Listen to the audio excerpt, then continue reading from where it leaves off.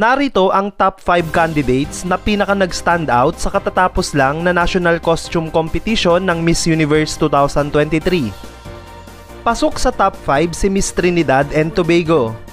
Agaw pansin ang performance niya sapagkat nakapatong siya sa dalawang stick habang naglalakad. Nire-represent ng kanyang costume ang isang pulang ibon na tanging sa kanyang bansa lang matatagpuan.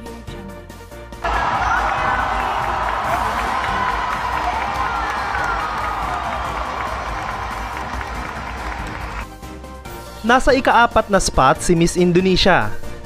Ang costume niya ay nagre-represent ng laban ng masama at mabuti, pagbibigay inspirasyon at pagpapalakas ng mga kababaihang nakakaranas ng bullying.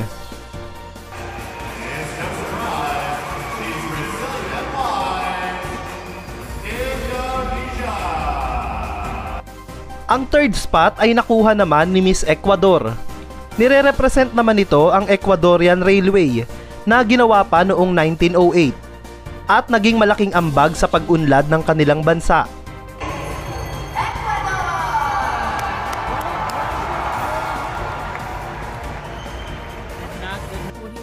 Nasa ikalawang pwesto naman ang pambato nating si Miss Philippines.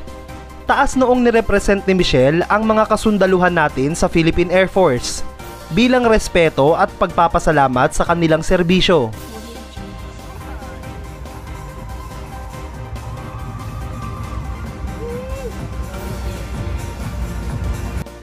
At ang nakakuha ng top spot, ang pinaka nagningning at pinakaagaw pansin sa lahat ng mga costume ay si Miss El Salvador. Tinawag niya itong Volcanic Empowerment Costume. Nagsisimbolo ito ng rebirth ng kanyang bansa. At nire-represent nito ang 196 na mga bulkan na matatagpuan sa El Salvador.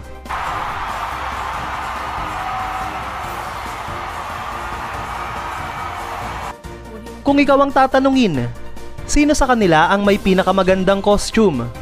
Sang-ayon ka ba sa listahan at sa naging scoring ng top 5 na ito? Put your comments below. At upang maging updated ka sa laban ni Michelle sa Miss Universe, huwag kalimutang mag-subscribe at i-click ang notification bell